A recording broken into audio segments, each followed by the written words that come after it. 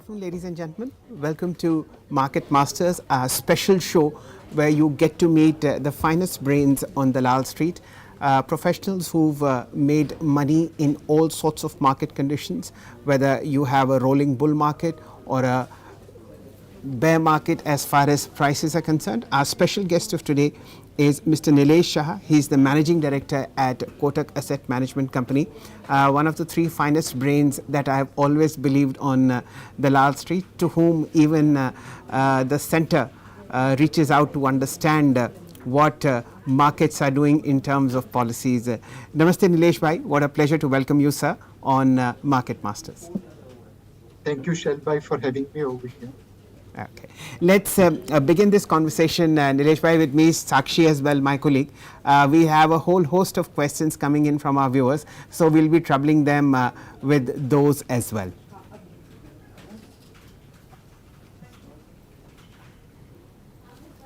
Look forward to the discussion. Fine, sir.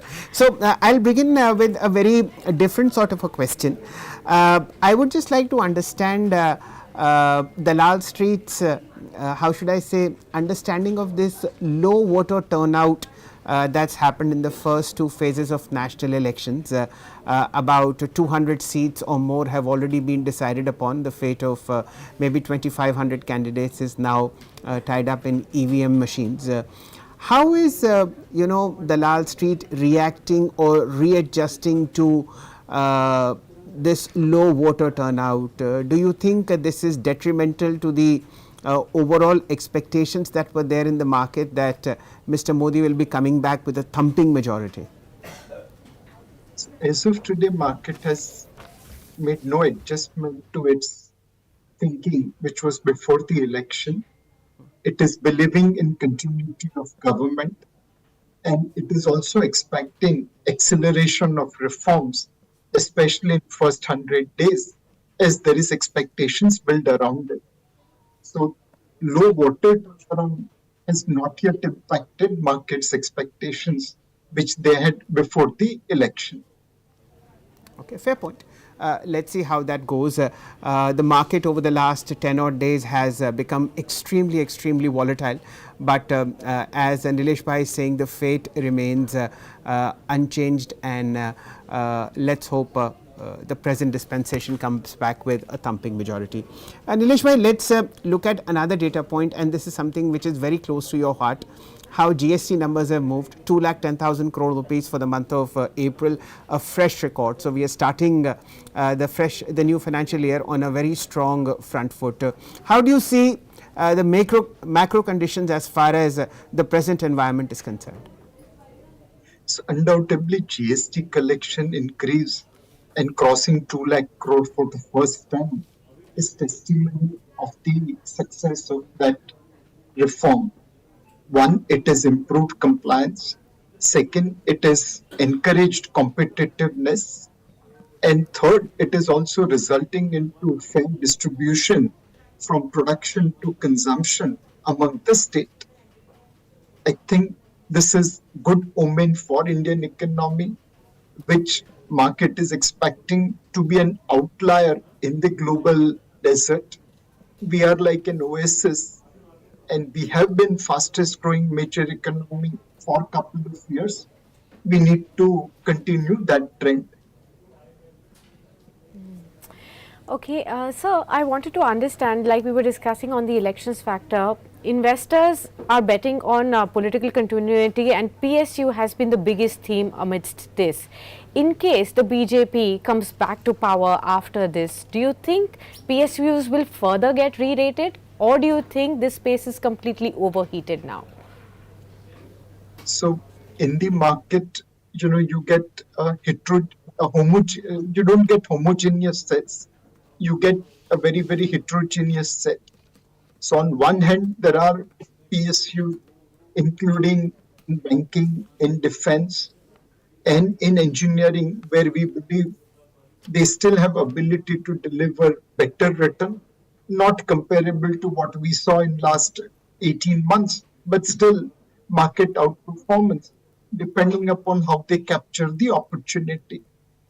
On the other hand, there are certain PSUs in banks and in other sectors where we believe current valuations are looking very, very high. They are not necessarily function of business, but function of low floating stock. Between 3% to 15% is the floating stock in this counters. It's in few hands, and hence the price discovery in market is determined based on very, very limited float. The day this PSUs come to market to raise capital, we believe they'll have to provide significant discount to current market prices. So be very, very selective on a bottom-up basis in PSUs. There are few PSUs which do offer opportunity, but there are few PSUs where one will have to exercise caution, especially if they have low floating stock. Okay. Also, sir, as far as the earning season is concerned, what is your reading of the earning season thus far? Anything that caught your attention as an outperforming space, sector, stock, or an underperforming space? So by and large, of the 25 companies which have declared results in Nifty 50, the earnings have come little ahead of market expectation, about 2 percentage point higher than what market expecting. But as Sakshi, you correctly mentioned, there are sectors where there is disappointment. For example, IT, majority of companies have failed to give results as per the lower expectations of the market. Consumer FMCG and durable, again, little below expectations. On the other hand, there are sectors including automobiles, pharma, where results have been fairly above expectation. So broadly, I will say earnings are in line with expectations. In the first phase of earnings or first half of earnings, generally good results come, and hence of 25 companies in Nifty declaring results, they are 2% higher than market expectation.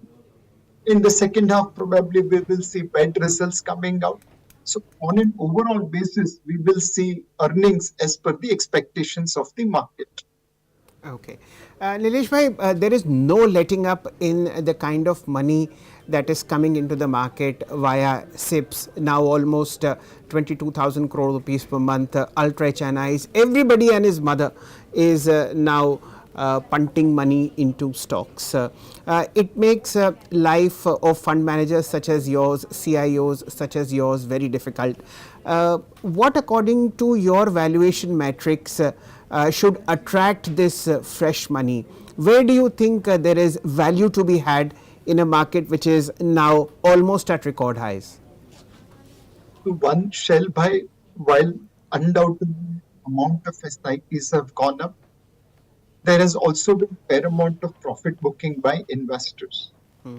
Second, the quantum of savings which is coming to mutual funds and equity market is still significantly lower compared to other asset classes. For example, between FY21 and FY23, for which data is available as per RBI, out of household saving, about 9 lakh crore went into currency notes. And shall buy this currency notes does not give any return. In fact, it's like holding ice on a hot afternoon. Inflation keeps on melting currency note value over a period of time. In the same time period where markets have delivered almost 20-25% compounded return between FY21 and 23, only 4 lakh crore came into mutual fund, and only 1.5 lakh crore went into direct equity. So between mutual fund and direct equity, households have invested about 5.5 lakh crore between FY21 and FY23, whereas the same households have put 9 lakh crore in currency notes. The quantum of money, quantum of savings which is coming into mutual funds or equity market is substantially lower compared to other asset classes. Today, undoubtedly, we are facing challenges in terms of finding cheap valuation. The market is trading at about 19 to 20 times forward earning, depending upon what kind of earning estimates you take. I believe there are three sectors where there could be a little below their historical average valuation entry point. One is IT. Obviously, uncertainty and bad results or below expectation results have ensured that IT stocks trade at below their historical averages. My feeling is that while in FY24 IT sector has retrenched people, so far they have gone and given appointment letter in various engineering colleges. Now, if this appointment letters get converted into real appointments and real work, then we know we are bottoming out in IT sector. From a global point of view, the sales cycles have increased, and hopefully there will be bunching up of sales, conversion of cycles into orders, and that could result into volume growth. We'll be looking at these two factors to figure out what will be a good time to enter into IT sector. Same way like IT, consumer FMCG and durables are trading below the historical averages. Their valuation has been derated as volume growth has not been as strong. We believe a good monsoon could support rural economy and in turn impact consumption positively. This again could be entry point in FMCG, especially if they have linkages to rural economy. The third sector is private banks. They have been derated significantly vis-a-vis PSU banks. We believe they also provide attractive entry point from a valuation point of view. As credit growth continues to remain in double digit, NIMs are coming down, but so far the valuation drop is far more than the NIM drop. So put together, IT, private banks, and consumer durable and FMCG companies should provide an entry point in the days to come. Nilesh bhai, taking this argument further, especially in IT and FMCG, how would you advise investors to play this over the next 12 months? Do specific sector-oriented ETFs make sense? Do frontline blue chips make sense? If you were to allocate money into IT as a percentage of overall portfolio, what would that be? So, to informed and knowledgeable investors, my recommendation will be to come either via sector ETFs, index funds, or funds which are, sector specific through active management. But for investors who are not necessarily well informed and they are not well experienced, my recommendation is to avoid sector specific fund at this point of time in their journey. They should first enter via diversified fund. They should enter via systematic investment plan.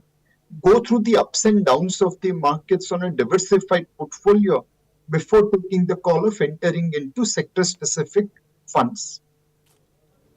Okay. So also there is one question that we have got from our viewer, and that is linked to what you were just saying. From Chandigarh, Simran Prakash, she has sent in the question for you. She wants to know, how can one generate regular income from stock markets instead of solely holding on for the long term? How would you advise her? So, Simranji, there are multiple ways of generating regular income from stock market. My first recommendation will be to invest on a longer term basis so that you have a portfolio. Now, in many cases, if you start early, the dividend income out of that portfolio itself will be good enough to give you regular income. The second, which is meant more for experienced investors, is to kind of book profit out of expensive stocks. For example, we will recommend people to take profit out of low floating stock counters at this point of time because valuation looks expensive. By booking profit in expensive counters, you will get regular capital gain. Now, many cases, people say this is too difficult for us to follow. We don't know which stocks will continue to give dividend in future. We don't know where to book profit. For those kind of investors who are not well informed and not knowledgeable, they should do systematic withdrawal plan from their equity or hybrid mutual funds. If you do SWP, it does provide regular payment to you. Sometimes it will come out of your income or capital gains. Sometimes it will come out of your capital itself. But over a period of time, systematic withdrawal plan out of hybrid and equity mutual funds will be best way to take regular payment out of your capital market exposure.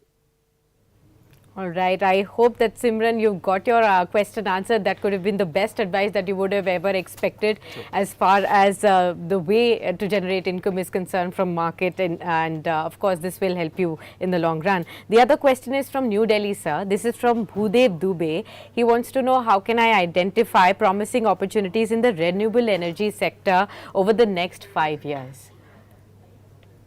So again, Sakshi, my recommendation is सामने पूरा समंदर पड़ा है, आपको भूदेव भाई सिर्फ तालाब में क्यों खेलना है? As an investor, you should be considering all the opportunities, not just one specific. Now, you're absolutely not wrong in picking up renewable energy sector, because that's something where growth will be far, far better.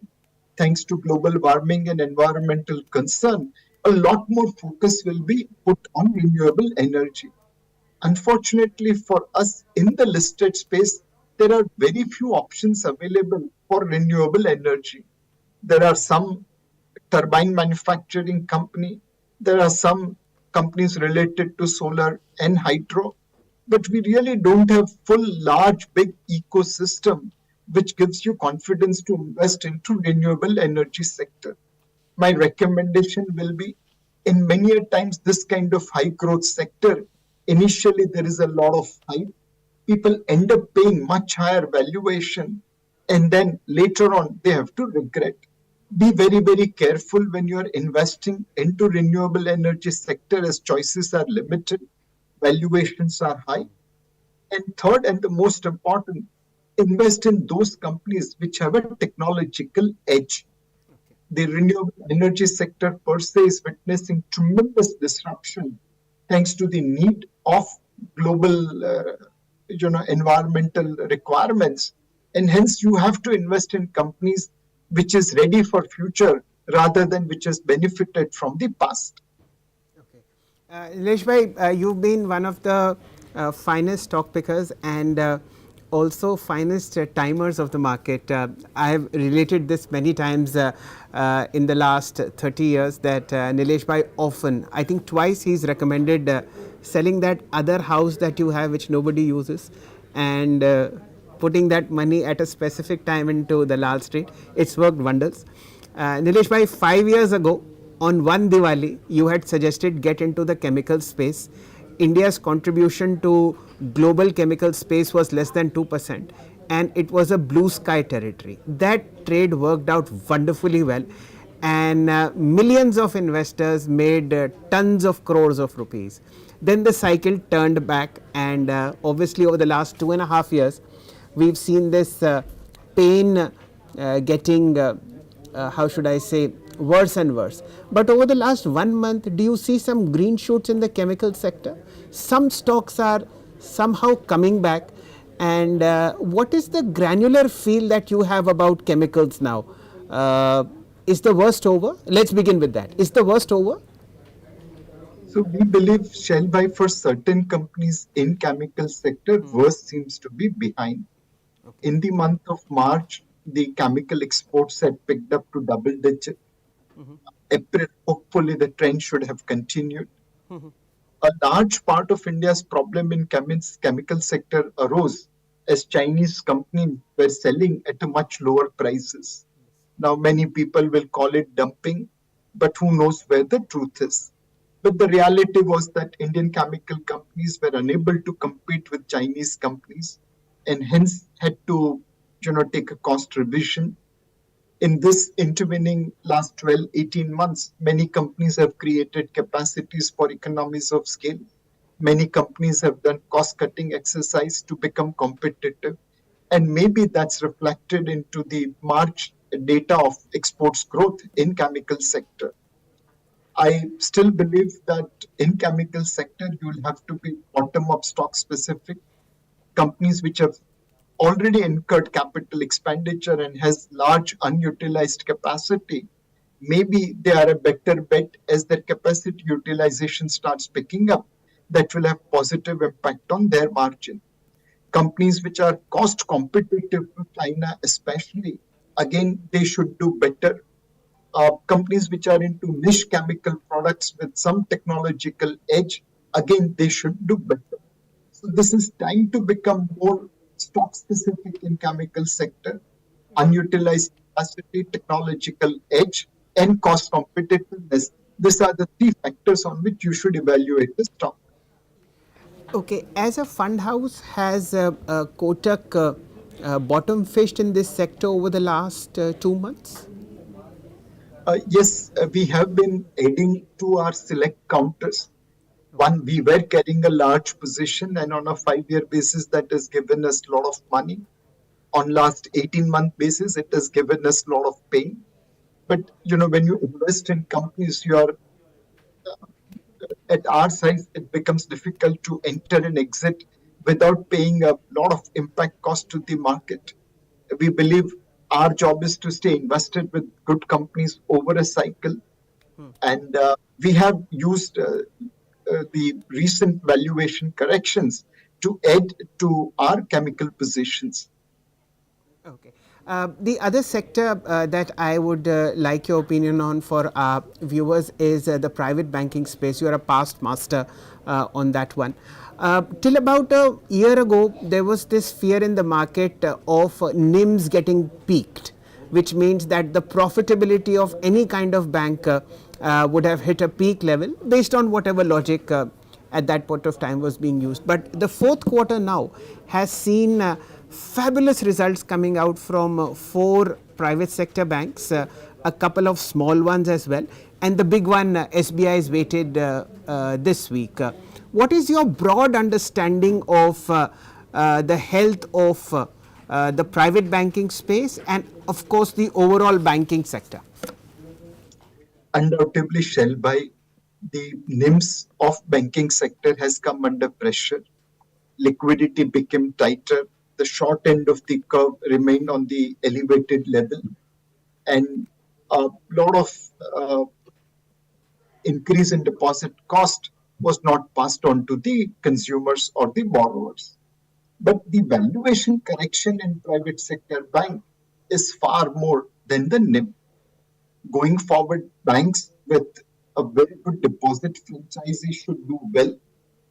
Banks with very good credit culture today is not necessarily a differentiator because most of the banks have similar NPA numbers, fully provided NPS.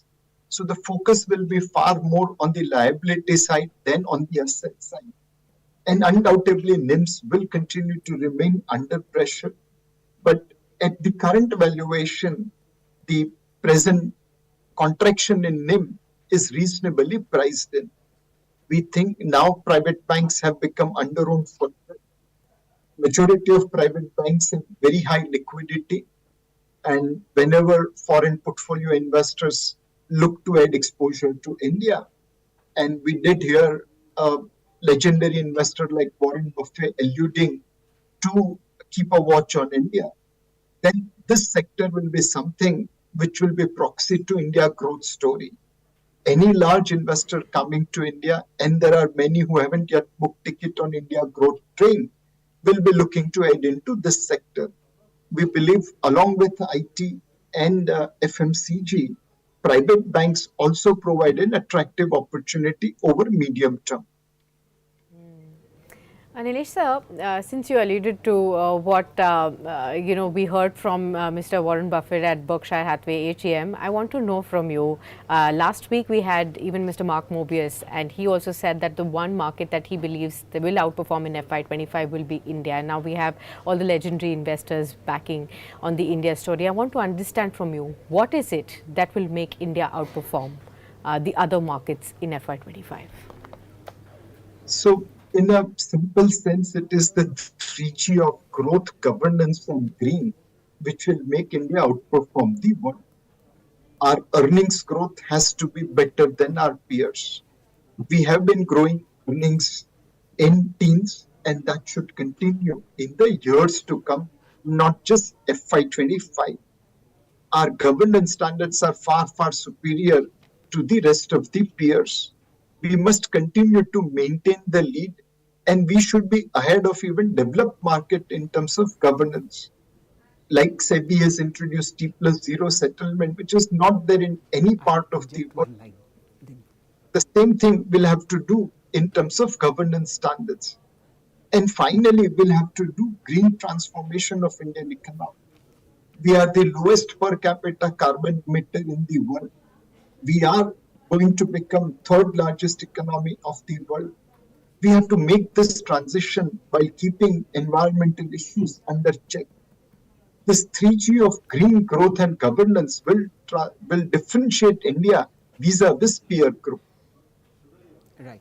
Nilesh भाई, I am just interrupting Sakshi to just say कि हमारे तो legendary investor आप ही हैं. अब पता नहीं अगले साल वॉरेन बफे साहब से मुलाकात हो ना हो अमेरिका जाके, मुंगर साहब तो रहे नहीं, तो हमारे लिए तो आप ही हैं. जो आप कहेंगे वो ही हम लोग कोशिश करेंगे कि रिटेल इन्वेस्टर्स फॉलो करें, और उसी में ही बहुत पैसा बनता है. अनफॉर्चुनेटली बाज़ार इस वक्त ऐसा नहीं है कि जो तीसरा घर पड़ा हुआ है उसको बेच के लगा दिया जाए. वैल्यूएशन अभी इतने बढ़िया नहीं है, लेकिन ना करे भगवान की ऐसे दिन आए. Sakshi, your next question. Okay. Green growth and governance, that's the new mantra that we've got from Mr. Nilesh Shah right here as far as what will lead for India's outperformance, and this probably just gives an indication for whoever is still sitting on the edge and not invested that you are going to be missing out on a big story if you're staying away from it as well. The next question that I also wanted to put after Shell had asked you on the banking story is the recent concern on the RBI's draft proposals as far as the project financing is concerned, which is why we've seen today a lot of PSU banks, NBFCs, power finances really down in trade. Is this a concern on the profitability? So, when a regulator is taking steps to put the guardrails, it is not necessarily for curbing the growth and profitability of a sector. It is for the sustainability of growth and profitability in this sector.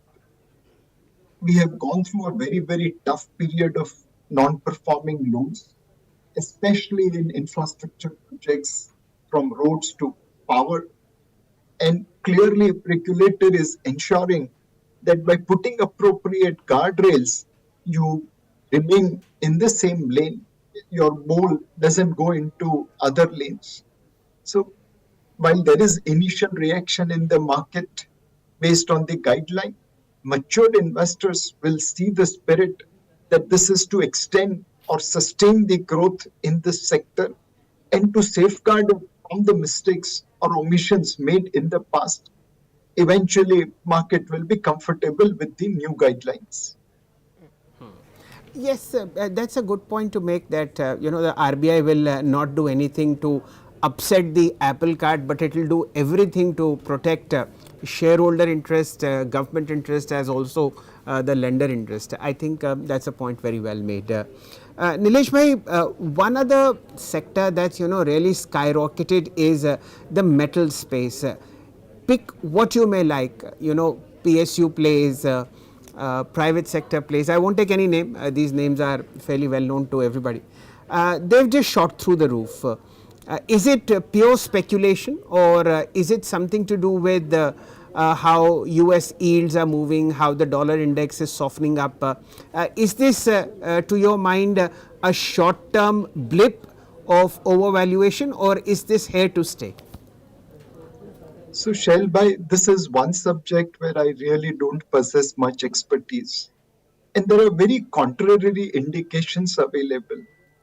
On one side, as you correctly mentioned, higher interest rates and weakening dollar is putting pressure onto the metal prices, and which is why metal stocks have gone up as metal prices have moved up. But on the other hand, we are looking at a slowing global economy.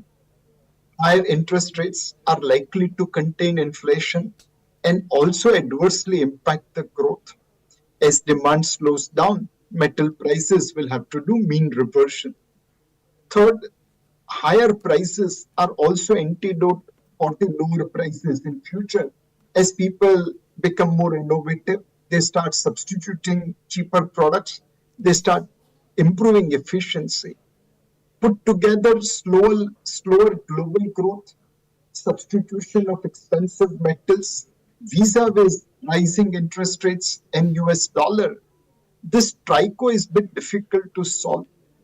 In the hindsight, we will know, okay, this was the time to get out of metal and so on and so forth. My recommendation will be to keep booking profit on metal sector. These prices are unlikely to sustain for a longer period of time. If you have to stay in metal in PSUs, there might be some divestment opportunity. Undoubtedly, in private hand, the same company can be run more efficiently and hence could have advantage to its shareholder. In the private space, companies which have large unutilized, which means they have already taken the burden of capital expenditure impacting their current profitability. And now with higher volume utilization, higher volume growth, will be able to improve margin. Those will be the two exceptions within the current metal space. Okay. Nilesh, while the government remains to show itself as a socialist at heart, we've seen how well it has taken care of people who are slightly below the poverty line in terms of providing adequate food stocks, in terms of providing medical care. But you know, India has moved towards the aspiration side of the economy. A large chunk of that is coming from bigger homes, better cars, and that's also getting reflected in the way auto stocks are moving, as also real estate plays. How is Kotak as a fund house positioned in the aspirational part of the economy? Are you adding to strength there, or do you think these charts, these valuations are sort of unsustainable? So undoubtedly, aspirational India is a long-term trend, and premiumization of products will be again a long-term trend. We do believe while government will make all the effort to improve and create inclusive growth, chances of urban market growing at a better pace than rural market, premium products growing at a better pace than mass market product, and top end of pyramid growing consumption at a faster pace than bottom end of pyramid is likely to continue. And we are trying to build our positions in companies which are play on premium product as well as top end of the pyramid. This trend is likely to sustain over a long period of time and will be reflected in automobiles, in consumption, in consumer durables, in services like healthcare. So we are trying to build a portfolio of companies which will be playing on the premiumization of product as well as services across our funds. Okay. Nilesh sir, there are one or two more questions, and since it's the election season, everybody wants to know more from you on that. From New Delhi, Ajit Kumar wants to know which sectors are likely to thrive if the current government comes back to power. So Ajit bhai, today market is pricing in continuity of government. If government carries forward the work which they have already done, then that's going to be priced in. If they make new announcement which may benefit a particular sector, then certainly those companies or sector can move up. More importantly, we have to look at also sectors like IT, like FMCG, like private banks, which won't be impacted by the government policies. They will be impacted more by what happens globally, whether monsoon is good or not, whether the liquidity improves or not. So I think outside of government's impact or sphere of influence, there are many sectors in market which provides a reasonable opportunity to invest on a medium term basis. Okay, one more question, sir. This is from again New Delhi. Madhuban Kumar wants to know from you, what risk management strategies would you advise for investors in the market after general election? I think this comes from the fact everybody wants to know general election के बाद market गिरेगा क्या और कितना गिरेगा? I think this is coming from that, sir. So, Madhuban, my only advice is be a long-term investor. We had seen in 2004 when election results were against the expectation of market, there was a 20% correction and a holiday for us in May 2004. But post that, we witnessed one of the biggest rally in our life where Sensex touched 21,000 in 2008. In 2009, the market went up 20% once they saw the result where UPA 2 got more seats than expected. But thereafter, again, fundamentals. So just be a long-term investor. There will be undoubtedly reaction in market if the results are against the expectations. But over a longer period of time, what stocks you own and how you stay invested for a long period of time is going to impact your portfolio return far more than what happened on the election results day. Nilesh ji, we are now sadly coming to a close as far as this wonderful conversation is going on. I would like you to draw a picture for our audiences when it comes to what are the next 5, 7, 10 years are likely to be for the economy and sectors in general against the backdrop of a very sound footing in now digitization across the economy, a very strong tax structure, fabulous highways, roads, ports and airports, and of course this rising GST number. All these put together, if you wear your thinking hat, where will the Indian economy be, let us say 5 years from now, 7 years from now, and which sectors are likely to prosper? So, Shelby, we would have become third largest economy over next 5 to 7 years. Second, we will also be moving into doubling of our per capita GDP. While GDP will double, so will be the per capita GDP subject to population growth. Below $2,000 per capita GDP, roti kapda makan is important. Beyond $2,000 per capita GDP, education, entertainment, travel and tourism, healthcare, those are the services which will become important. To investors, my message would be don't get stuck over next 5, 7 year horizon. सितारों से आगे जहां और भी है. Pay for 2047 or beyond rather than 2030. We are in our Amrit Kal. Slowly and steadily, India is moving from poor, underdeveloping, low per capita GDP economy to higher growth, more like middle income country. That journey will create fabulous corporate opportunities and investors will make money like they made in Japan in the 50s to 80s. Wow. And our final question, Nilesh bhai, is there seems to be a common consensus that manufacturing is the way forward for the next maybe 5, 7 years. And from your industry, now sector specific funds have started coming to tap into that potential booming growth. What's your view? And within manufacturing, where would you press the button on the buy side? I completely agree. Manufacturing is the way forward. Share of automobile in manufacturing is almost 33%. We need to expand automobile sector, but ensure that other sectors also expand. Share of manufacturing and industry in GDP is today kind of 25% around. We need to ensure that that becomes more like 30, 35, 40% over a period of time. China plus one provides us an opportunity. The most important thing for manufacturing companies will be technological edge. You have to invest in companies which are globally competitive. You have to invest in companies which can not only cater local market but also export market. and you have to invest in companies who can give run or global competitors to their technological edge. If you can find companies having technological edge and global competitiveness, I have no doubt in my mind that they will become multi-bagger over next 5-7 year period.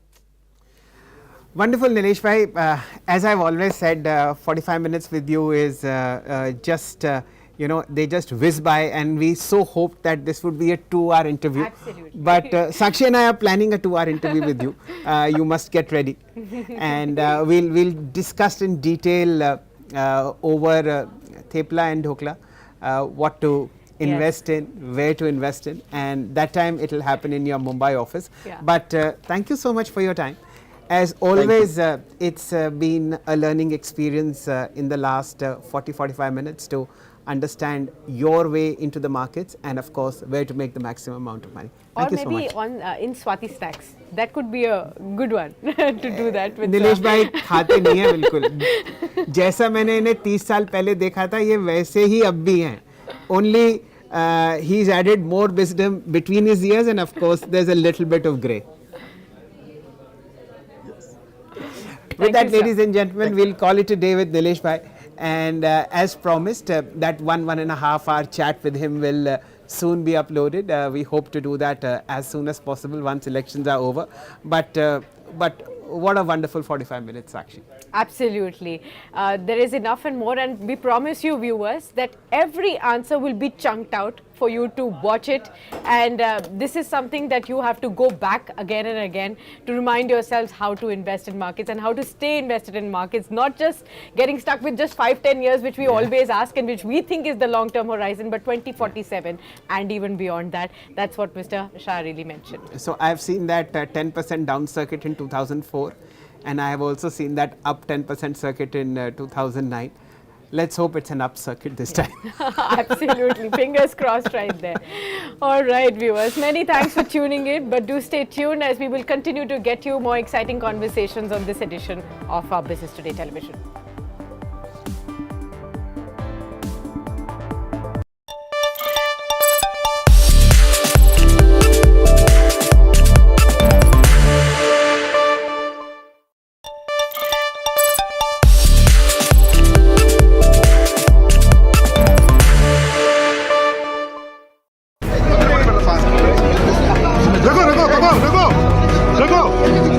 Karnataka JDS MLA H.D. Revanna arrested by Karnataka Police's SIT in connection with a kidnapping case linked to his son Prajwal,